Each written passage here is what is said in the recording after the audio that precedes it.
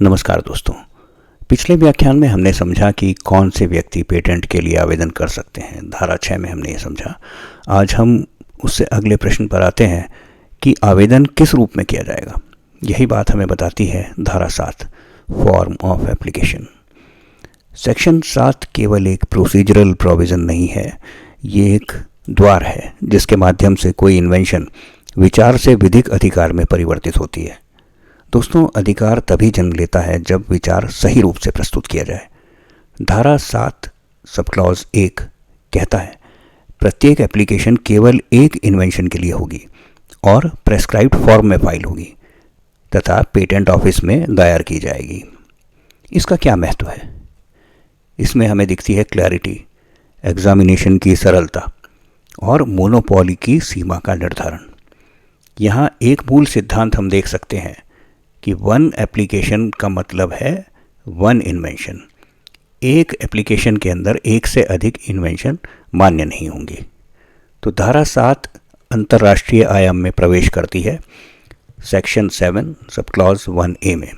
यदि कोई PCT, patent cooperation treaty, PCT application India को डेजिग्नेट करती है और उसका करस्पॉन्डिंग एप्लीकेशन भारत में भी दायर है तो उसे इंडियन एप्लीकेशन माना जाएगा। उसके बाद में सब क्लॉज 1B, ऐसी एप्लीकेशन की फाइलिंग डेट वही मानी जाएगी जो इंटरनेशनल फाइलिंग डेट है। अब इसका क्या महत्व है? ये प्रायोरिटी प्रोटेक्शन और ग्लोबल फाइलिंग की हार्मोनी और समय की सुरक्षा ये सुनिश्चित करती है। इसके बाद में सब क्लॉज 2, यदि एप्लीकेशन असाइनी द्वारा की गई है तो उसे ये प्रमाण देना होगा कि उसे आवेदन करने का अधिकार मिला है। तो यह प्रूफ एप्लीकेशन के साथ या प्रेस्क्राइब्ड समय के भीतर दिया जा सकता है। इसका उद्देश्य क्या है? फॉल्स क्लेम्स को रोकना और ओनरशिप की वैधता को सुनिश्चित करना है। इसके बाद में आता है सब क्लॉज 3।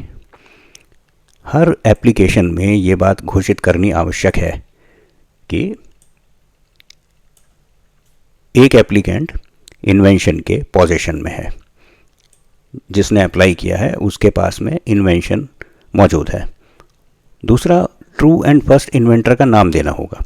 अगर एप्लीकेंट स्वयं इन्वेंटर नहीं है तो एप्लीकेशन में यह डिक्लेरेशन देना होगा कि एप्लीकेंट को विश्वास है कि वह व्यक्ति ही ट्रू एंड फर्स्ट इन्वेंटर है। इसका क्या महत्व है? ये इन्वेंटरशिप की पारदर्शिता के लिए बहुत ज़रूरी है और नैतिक वैधता के लिए। इसके साथ में लीगल अकाउंटेबिलिटी भी बहुत ज़रूरी है।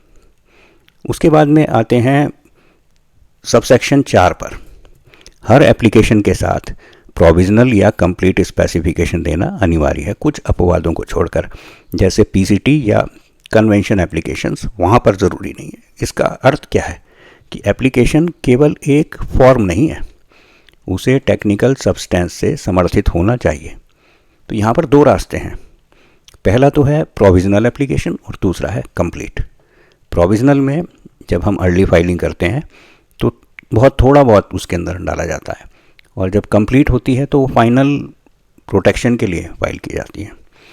तो अब पूरी धारा को एक बार एक साथ देखते हैं। धारा 7 ये सुनिश्चित करती है कि एप्लीकेशन स्पष्ट हो और जो उससे राइट्स बने वो वैध हों और इन्वेंटरशिप सही हो और इसके अलावा टेक्निकल डिस्क्लोजर मौजूद हो। ये केवल फाइलिंग नहीं है और लीगल स्ट्रक्चरिंग ऑफ इन्वेंशन है। तो सेक्शन 6 ने हमसे पूछा था कि कौन फाइल करेगा और सेक्शन 7 ने हमें बताया कि फाइलिंग कैसे होगी। धन्यवाद।